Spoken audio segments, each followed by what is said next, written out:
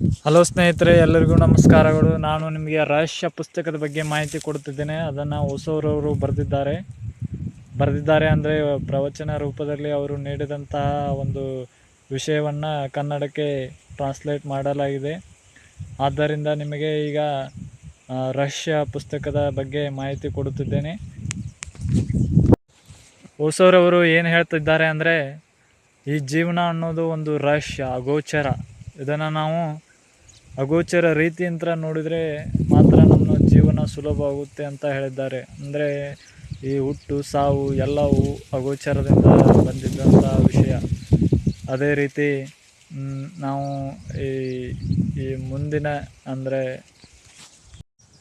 ಹೊಸರವರು ಏನು ಹೇಳ್ತಿದ್ದಾರೆ ಅಂದರೆ, ಅಗೋಚರವು ನಿನ್ನೆ ಮತ್ತು ನಾಳೆ ಎಂದೆಂದೂ ಅಗೋಚರವಾಗಿಯೇ ಇರುತ್ತೆ. ಆದ್ದರಿಂದ ಬದುಕು ತರ್ಕವಲ್ಲ, ಅದೊಂದು ಕಾವ್ಯ. ನಾವು ಬದುಕನ್ನು ಕಾವ್ಯ ರೀತಿಯಿಂದ ಮಾತ್ರ ನೋಡಬೇಕು. ಅದೇ ರೀತಿ ಅವರು 3 ವಿಷಯನ ಹೇಳ್ತಾರೆ. ಅಂದರೆ ತಿಳಿದಿರುವುದು, ತಿಳಿಯದೇ ಇರುವುದು, ತಿಳಿಯಲಾಗದು ಅಂದರೆ ಅದನ್ನು ತಿಳ್ಕೊಳ್ಳೋಕೆ ಸಾಧ್ಯನೇ ಇಲ್ಲ, ಅದೇ ಅಗೋಚರ.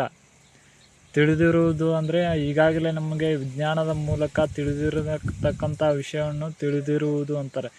ತಿಳಿಯದೇ ಇರುವುದು ಅಂದರೆ ಈಗ ಮುಂದೆ ನಾವು ವಿಜ್ಞಾನದ ಮುಖಾಂತರ ಅಥವಾ ನಾವು ಮನುಷ್ಯನ ಮುಖಾಂತರ ಏನು ತಿಳಿತೀವಲ್ಲ ಅದು ತಿಳಿಯಲಾಗುವುದು. ಅದೇ ತಿಳಿಬೋದು ಅದನ್ನು ಮುಂದೆ. ಅದೇ ರೀತಿ ನಾವು ತಿಳಿಯಲಾಗದ್ದು ನಾವು ಅಷ್ಟೇ, ಮುಂದೆ ತಿಳಿಯಲಾಗಲ್ಲ, ಇನ್ನು ಯಾವಾಗೂ ತಿಳಿಯಲಾಗದಂಥ ವಿಷಯನ ಅಗೋಚರ ವಿಷಯ ಅಂತ ಹೇಳ್ತಾರೆ ಹೊಸರವರು. ಬದುಕಂದರೆ 1 kg ಅಗಸೆ ಬೀಜ ಅಳೆದು ಕೊಡುವುದು, ಅಥವಾ 1 ಕಪ್ ಚಹಾ ಕುಡಿಯುವುದು, ಅಥವಾ ಯಾವುದೇ ಒಂದು ಕೆಲಸವನ್ನು ನಾವು ಆರಾಮಾಗಿ ಮಾಡುತ್ತಾ ಇರುವುದನ್ನೇ ಅವರು ಜೀವನ ಅನ್ನೋದನ್ನು ಹೊಸರವರು ಹೇಳ್ತಿದ್ದಾರೆ. ಆದ್ದರಿಂದ ಇಲ್ಲಿ ಜೀವನ ಅನ್ನೋದು ರಹಸ್ಯವಾಗಿರ್ತದೆ. ನಾವು ಯಾವುದೇ ಗುರಿ ಅಥವಾ ಆದರ್ಶವನ್ನು ಇಟ್ಕೊಳ್ಳಬೇಕಾಗಿಲ್ಲ ಅನ್ನೋದನ್ನು ಹೊಸರವರು ಈ ಪುಸ್ತಕದಲ್ಲಿ ಹೆಚ್ಚು ನಿಖರವಾಗಿ ತಿಳಿಸುತ್ತಿದ್ದಾರೆ. ಅದೇ ರೀತಿ ನಾವು ಗುರಿ ಅಥವಾ ಯಾವುದೇ ಒಂದು ಆದರ್ಶ, ಅಥವಾ ಈಗ ಒಂದು ಆದರ್ಶ ಇಟ್ಕೊಂಡು ತಿಳ್ಕೊರಿ, ಹಣ ಮಾಡೋದನ್ನು. ನಾವು ಹಣ ಮಾಡೋದನ್ನು ಆದರ್ಶವಾಗಿ ಇಟ್ಕೋತೇವೆ ಹೊರತು ನಾವು ಪ್ರಜ್ಞೆಯಂತ್ರ ಕೆಲಸ ಮಾಡೋದಾಗಲಿ ಅದನ್ನು ಮಾಡೋದಿಲ್ಲ. ಆದ್ದರಿಂದ ನಾವು ಯಾವುದೇ ಒಂದು ಆದರ್ಶವಾಗಿ ಇಟ್ಕೋಬಾರ್ದು ಅನ್ನೋದನ್ನು ಹೇಳ್ತಾರೆ. ಈಗ 10 ಲಕ್ಷ ರೂಪಾಯಿ ಆದರ್ಶವಾಗಿ ಇಟ್ಕೊಂಡು ನಾವು ಹಣದ ಬಗ್ಗೆನೇ ಯೋಚನೆ ಮಾಡಬೇಕಾಗುತ್ತೆ, ಅಥವಾ ಹಣವನ್ನು ಗಳಿಸೋದ್ರ ಕಡೆನೇ ನಾವು ನಮ್ಮದು ಹೆಚ್ಚು ಗಮನವನ್ನು ನೀಡಬೇಕಾಗುತ್ತೆ. ಆದ್ದರಿಂದ ನಾವು ಅದು ಏನು ಕೆಲಸ ಮಾಡ್ತೀವಲ್ಲ ಅದರ ಕಡೆ ನಾವು ಪ್ರಜ್ಞೆಯಂತ್ರ ಮಾಡಿದರೆ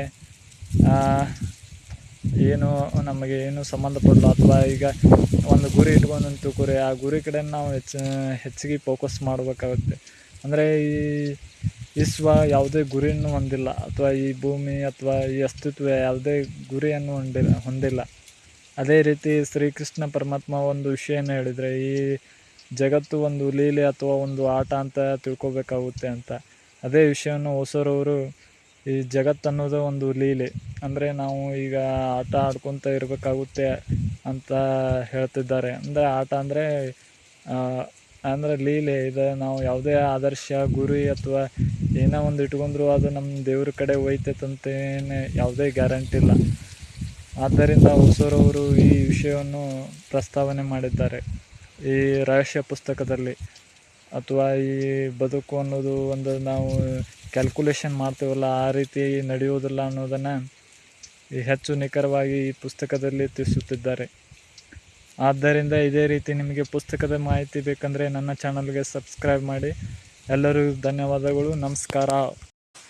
ಈ ರಹಸ್ಯ ಪುಸ್ತಕದಲ್ಲಿ ಇನ್ನೊಂದು ವಿಷಯ ಏನಂದರೆ, ಈ ಸೂಫಿಗಳ ಸಿದ್ಧಾಂತವನ್ನು ಈ ರಹಸ್ಯ ಪುಸ್ತಕದಲ್ಲಿ ಹೊಸರವರು ತಿಳಿಸಿದ್ದಾರೆ.